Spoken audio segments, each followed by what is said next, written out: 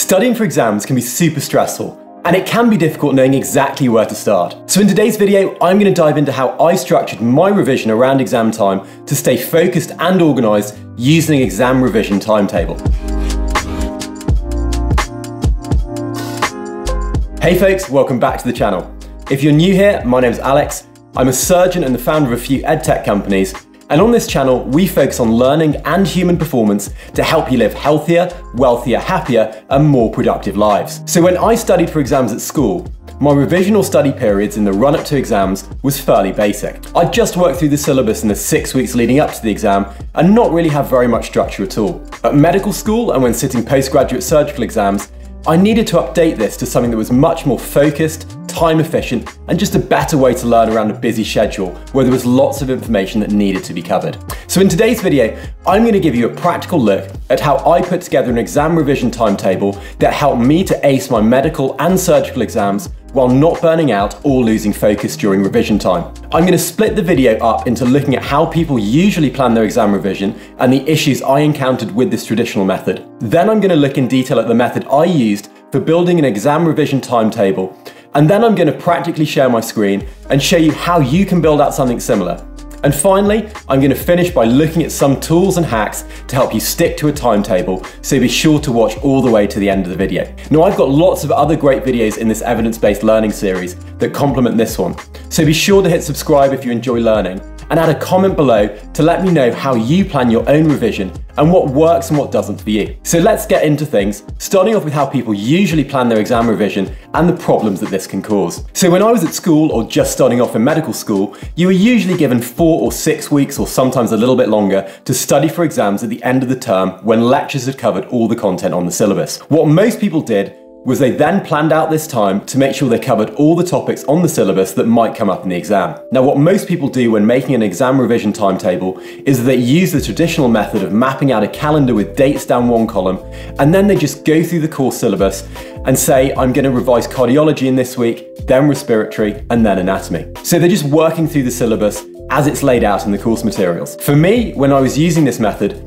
I would read through the lecture notes for cardiology, and then when I'd read that book chapter, I'd tick it off and move on to the next one, and then do something like respiratory the next week. When I was using this method, I recognized that it was pretty inefficient, and I found that there were 5 main problems that I used to have with this traditional exam timetable method. So firstly, and the main problem I had with this method, was that it was pretty passive and just optimized for time spent revising rather than any goal around my actual understanding of a topic. So for example, if I had a week scheduled to revise heart disease, I'd cram in as much as possible and then move on to respiratory. This gave me the fluency effect and some bias of thinking that I knew the topic well as I'd completed that planned revision week, but in actuality, I hadn't done a set number of self-test questions and I hadn't really self-assessed my knowledge during that time, as the timetable focused on time spent learning rather than on my actual understanding of the topic or any real data on my performance when self-testing. By thinking of your revision as a function of time rather than as a function of your ability to recall and understand topics,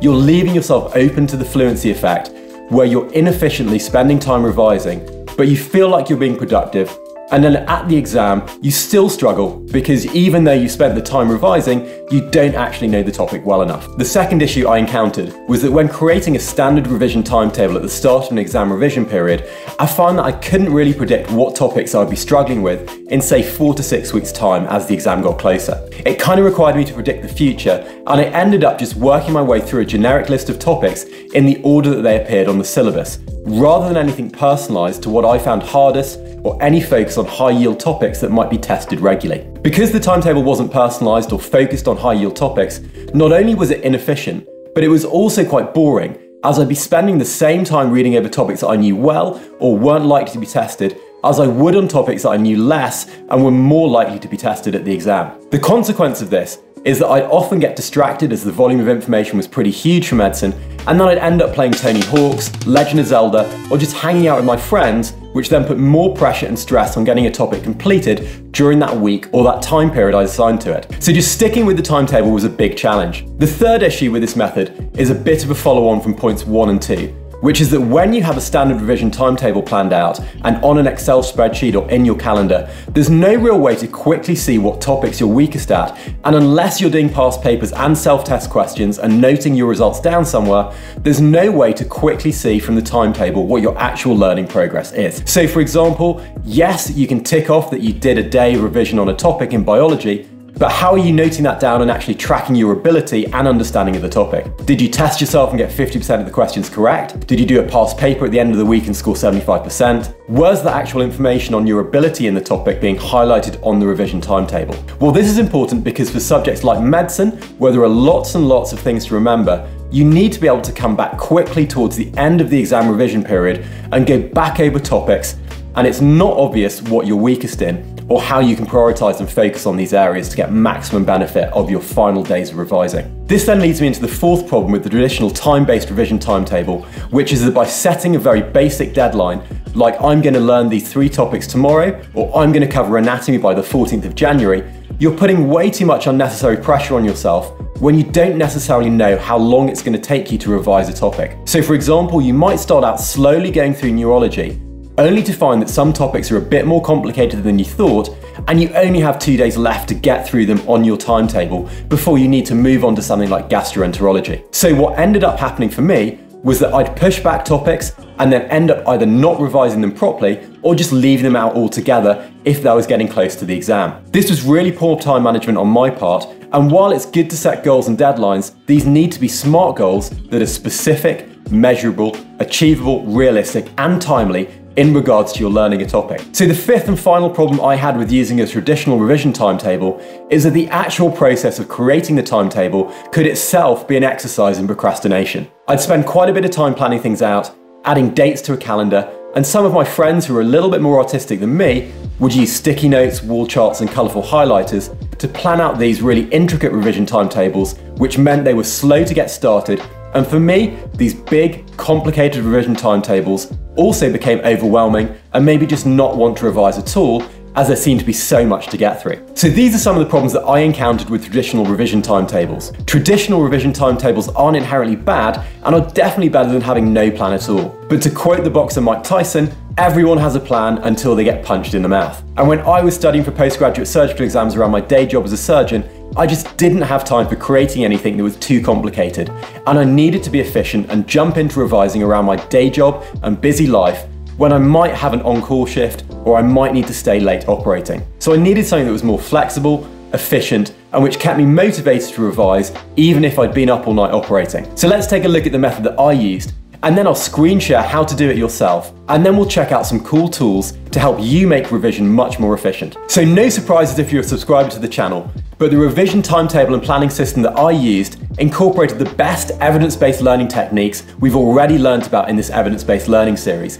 namely spacing out your study sessions so that you regularly come back to topics as you begin to forget them, which strengthens memory formation. You use interleaving to interleave topics by revising different concepts and topics together to build context and to help your brain to understand the principles behind them and make them more relatable to any existing knowledge you might have. And then finally, you revise topics using active recall and testing, rather than just passively reading or highlighting things, so that you can accurately see how well you know something and how well you're actually revising. So what does this look like in practice? Well, in contrast to the traditional revision timetable that optimizes for time and puts dates down the left-hand column, the timetable that I used prioritized topics and my understanding of them and put these down the main left-hand column in the revision timetable. As you'll know from my video on how to study for exams, the first thing that I will do when planning my studying is to grab some past papers and the course syllabus and key textbooks and look at what topics are high yield, i.e. they come up most frequently in the exams. I'll then list these topic areas down the left-hand side with the high yield topics at the top. I'll then go over these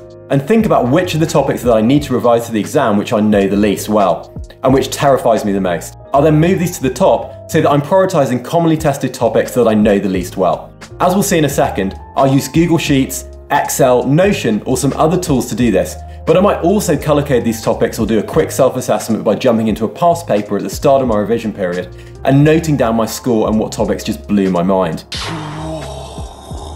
This gives me a good baseline to work from, and as we'll see in a moment, it helps me to keep motivated and my revision gamified as I'm competing with myself to better my score as I interleave and go back over topics at spaced intervals. So in terms of time and actually adding this to a calendar, how does this all fit together? Well, the most important thing here is to bring in some data based on how quickly you're likely to spend learning topics. Everyone is slightly different, and provided you're using evidence-based study methods like active recall, you'll likely do pretty well, but you need to assess how long your own revision process takes for a topic. For example, if you love using flashcards, how big is your deck for that topic and how quickly will you get through them? For me, I'll use pre-made online question banks like Chican and past papers, combined with my own self-created active recall questions. Having sat loads of exams in medicine and surgery and science subjects, I know that I usually test myself using around 2,000 to 3,000 questions, or about 100 to 200 questions per topic area, and then go over these and read around them to build context, and I'll usually get top grades. I also know that it takes me 30 minutes to get through around 20 questions,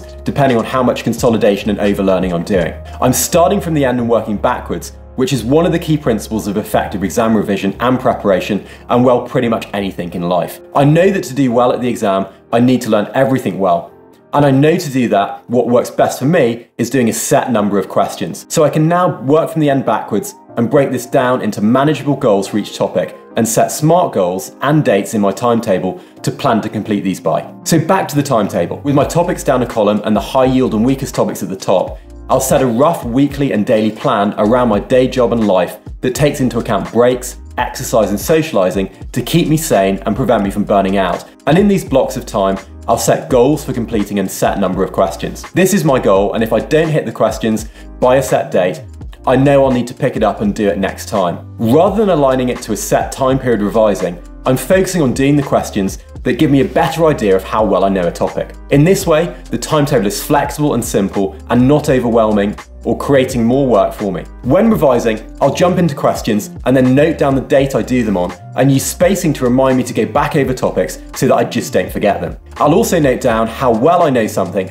by keeping track of my score when doing the questions, or just by highlighting topics using a traffic light colouring system based on how well I feel I know the topic after completing a revision session. I'll also use some tech like question banks to hack this and save time on, which we'll touch on shortly. So I'll jot down the date that I did a session and add in the score or highlight by colour how well I know a topic. This then helps me to quickly visualise what I need to prioritise next compared to traditional revision timetables, which aren't personalised and where I just keep plodding through topics. So now if I come back to the next week, I can see that I revised anatomy a while ago and I'm due a spaced revision session, but I can also see that I got a good score in anatomy while neurology is red, even though I did this more recently. So I can immediately see that for me, personally, I need to double down on neurology and do more questions and consolidation, so I'm not leaving this till the end, and I'm attacking the topics I'm weakest at, which should then have the most effect on improving my exam score, rather than just going back over the things that are easy and that I'm good at. This is a much more focused and efficient way to learn,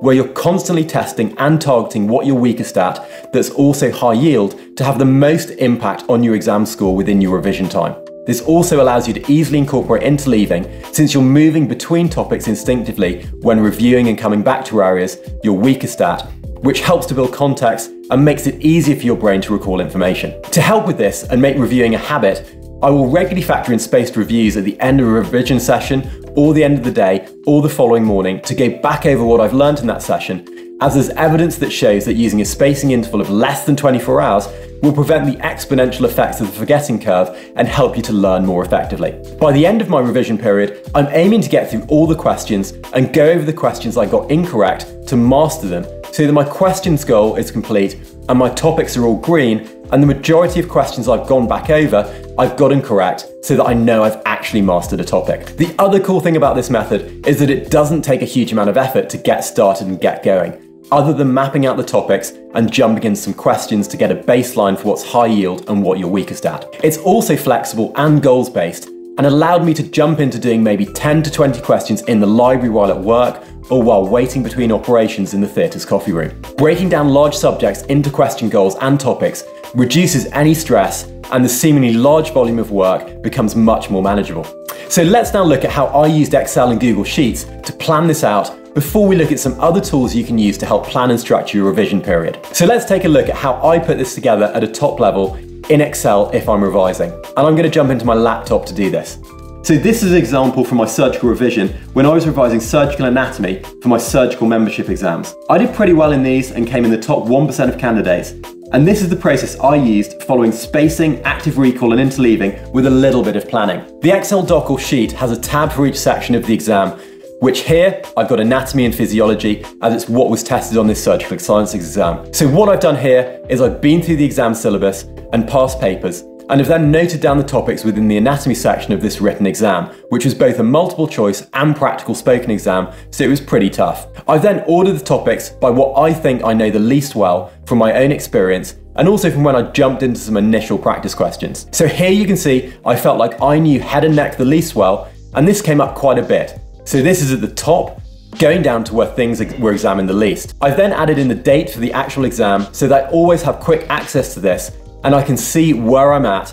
And then in column C, I've added in the dates as I go through and start doing my revision questions. Now I was studying around my day job and at weekends, so I've kept this really simple and focused. I'm doing a single topic area per day rather than spending a week on each thing.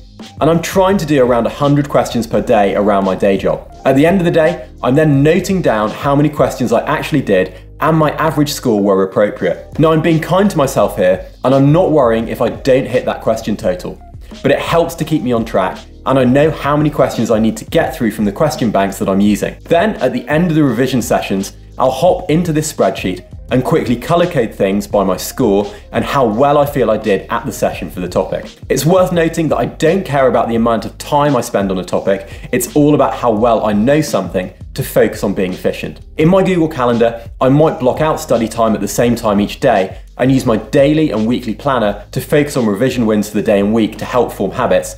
But I'm coming back to this overall timetable to track my progress. This sheet has a formula built in with a spacing algorithm, which reminds me to come back to things, but like in my video on how to practically use spacing, I'm more interested in actually looking at the topics I'm weakest at and then coming back and prioritizing these. So for example, I can see that I only managed about 50 questions on the lower limb and didn't do very well, so I know I need to do more questions and make sure I come back to that sooner to attack the topics I'm weakest at. For subsequent revision sessions, I can just override the pre-populated suggested spacing review date and adjust my priorities so that all the topics are headed towards green and I'm heading towards that mastery of doing 2,000 to 3,000 active recall questions and getting most of them correct. Now, if your exam isn't a multiple choice question paper but is something like an essay or an oral exam, that's fine and you can still use your active recall practice, noting down your study session times, but you don't need to be too worried about your score like I am here, tracking it because I'm a massive data nerd. So the key takeaways from this are that it's super light and quick to use, you can track and see your weak areas, and it's pretty flexible to help you be efficient with your time. I'll pop a link to a template version of this down below in the description. And in addition to using an Excel tracker or Google Sheets, I'll also use some question banks and apps to help speed things up. So let's take a look at how I use those next. So as I've touched on already, I'll use a few things to help build habits during revision periods. The first hack here is that while I use Google Sheets and Excel as they're quick and simple, there are quite a few helpful automation tools that can save you lots of time when mapping out a revision timetable. Apps like Notion and Airtable have lighter weight formulae and templates you can use to help track your study progress. And if you like using these are great tools. Just don't go down a rabbit hole of trying to create the perfect Notion revision habit tracker, as that might just be another way to procrastinate rather than getting down to studying. My second hack, especially if you're studying for exams at school, is to check out apps like Exam Countdown or Smart Timetable, which are designed to remind you of upcoming exams if you're doing lots and lots of exams in a set period of time, such as at the end of school or college year, and which can help you to plan things out further. Again, my best advice is to keep things simple, and if any tools need loads of setup time, they might just be a distraction. So have a play and see if they're for you, or whether an Excel sheet is just as good and a little bit quicker and simpler. My third and most important hack is to use question banks, which will show you how many questions you've done and your progress and score. If you like flashcards, Anki and others can track your progress too. Most subjects will have specific online question banks like this one, where you can jump into a ton of questions, select your question type, filter by exactly what questions you want to do, and then play through them in a gamified way where you just focus on getting through as many questions as possible. The best ones also have mobile apps and will track your progress in the cloud and show you how you're doing against your peers and yourself and people who've done well at the exam you're studying for to keep you on track and focused. While most are paid, they are, in my opinion, as important as buying textbooks, And some like Shiken, which I'm playing with here, also allow you to set daily question goals and exam dates and personalize your learning. My fourth and final hack is to then make sure you have a good daily or weekly diary planner or calendar system which complements your revision timetable. I use Evernote and My Diary to plan out my day and week to ensure I block out time for studying around my life, exercise, eating and socializing. This is really important when you're working and studying, and I'll dive into a video on my morning routine and how I use my diary for everything from self-development and reflection to gratitude and organizing my day in later videos, so be sure to hit subscribe to hear about those first. So to summarize, when planning and constructing a revision timetable, the method that worked best for me was one that was flexible, focused on measuring and tracking my actual understanding and performance at a specific topic, and prioritized high-yield topics that I was weakest at. It didn't need ages to create, and avoided the fluency effect where you think you've mastered a topic just because you spent time passively going over it. The method also naturally incorporated spacing, interleaving and active recall as evidence-based study methods to keep me efficient when learning. If you enjoyed this video, I've added in some links to my videos on using spaced repetition with a deeper dive into the science and practicalities. And like I said at the top of the video, if you have any revision planning hacks you'd like to share or suggestions for future topics you'd like to see covered, please let me know in the comments below. If you haven't subscribed to the channel, then please consider doing so, as we're building what is hopefully a pretty fun community of awesome people obsessed with learning and human performance. So have a fun and productive day, and I'll catch you again in the next video.